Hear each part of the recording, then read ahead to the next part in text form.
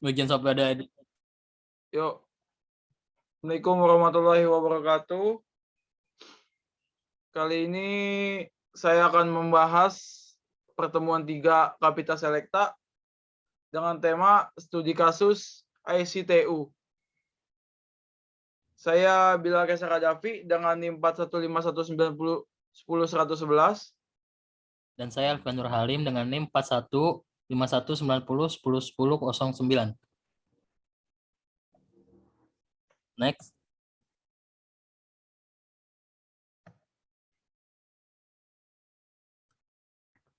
ICTU. Sejak awal milenium baru, pemerintahan Belanda semakin memahami meningkatnya tuntutan masyarakat dengan perusahaan dan penyedia layanan yang andal, efisien, dan berpusat pada pelanggan.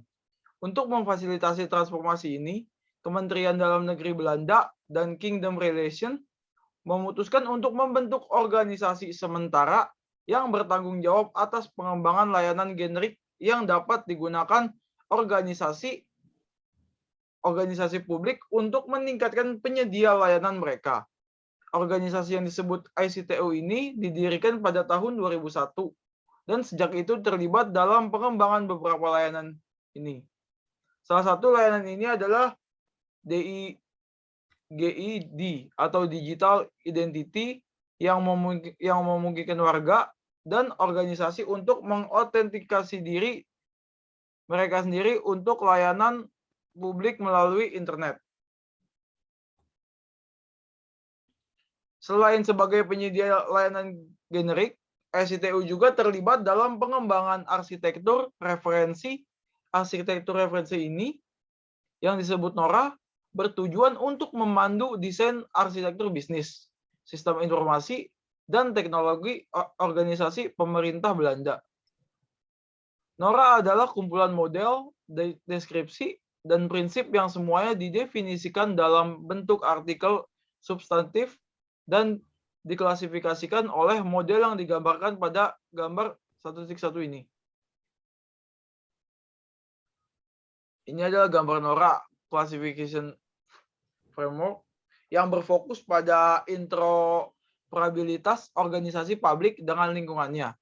Mereka dapat menentukan arsitektur mereka sendiri yang memandu organisasi internal mereka selama interaksi mereka dengan organisasi lain mematuhi prinsip-prinsip NORA. Selanjutnya adalah definisi NORA. Kabinet Belanda telah mengesahkan NORA sebagai standar untuk digunakan di seluruh sektor publik. NORA berisi prinsip-prinsip dasar umum yang berhubung dengan penyediaan semua pelayan publik. Layanan yang dalam konteks ini mencakup semua aktivitas atau melalui penyedia layanan melaksanakan tugas-tugas publik. Istilah arsitektur seperti yang digunakan dalam NORA mengacu pada prinsip-prinsip dasar umum yang akan digunakan dalam merancang sistem atau konseptual, logis, atau teknis. Prinsip arsitektur. NORA terdiri dari 10 prinsip strategis dan sekitar 130 prinsip rinci. Prinsip-prinsip strategis berasal dari kebijakan pemerintah Belanda, serta dari standar Eropa dan dunia untuk pemerintah elektronik, interoperabilitas, dan penyedia layanan. Target audiens untuk prinsip-prinsip strategis adalah para gubernur organisasi pemerintah. Mereka harus menggunakan prinsip-prinsip ini untuk memadu organisasi mereka menuju peringkat tertinggi penyedia layanan. Prinsip-prinsip rinci dimaksud sebagai pedoman untuk perusahaan dan arsitek informasi. Mereka harus menggunakan pedoman ini untuk desain arsitektur bisnis dan TI mereka. Next. 10 prinsip dasar NORA. 1. Proaktif. Proaktif adalah pengguna akan diberikan layanan yang mereka butuhkan. Penyedia layanan akan mengambil inisiatif untuk memberitahu pengguna informasi yang penting bagi pengguna. Yang kedua, ketersediaan. Pengguna dapat mudah menemukan layanan yang dibutuhkan. Yang ketiga, accessibilities atau aksesibilitas. Pengguna memiliki akses mudah ke layanan. Penyedia layanan menyesuaikan aksesibilitas mereka dengan metode diskusi oleh pengguna. 4. Keseragaman.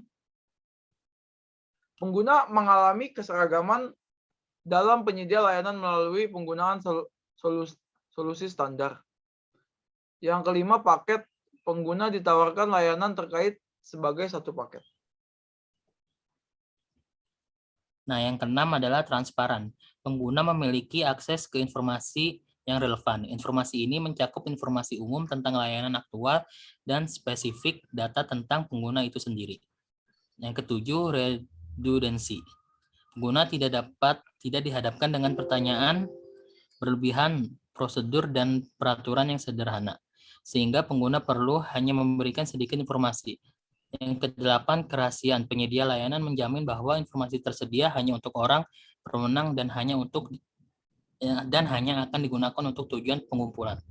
Yang kesembilan, keandalan. Pengguna dapat mengandalkan penyedia layanan yang mengikuti pengaturan tersebut, baik ketersediaan dan kualitas layanan sesuai dengan standar yang telah ditentukan.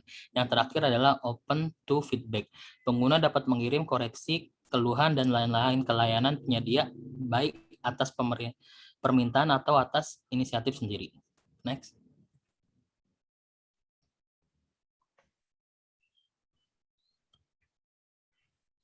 Prinsip strategis yang menarik adalah prinsip aksesibilitas yang menyatakan bahwa pelanggan pemerintah harus memiliki akses yang mudah terhadap pelayanan publik. Mengingat bahwa memelihara banyak saluran komunikasi dapat menjadi tidak efisien. Nora mengandung prinsip turunan. Penyedia layanan publik mendorong pengguna saluran komunikasi dengan rasio biaya terbaik terhadap kualitas. Prinsip ini memungkinkan penyedia layanan untuk merangsang saluran komunikasi yang paling efektif dan paling murah. Salah satu cara untuk mencapai adalah dengan membebankan iuran hukum yang lebih rendah untuk layanan berbasis internet.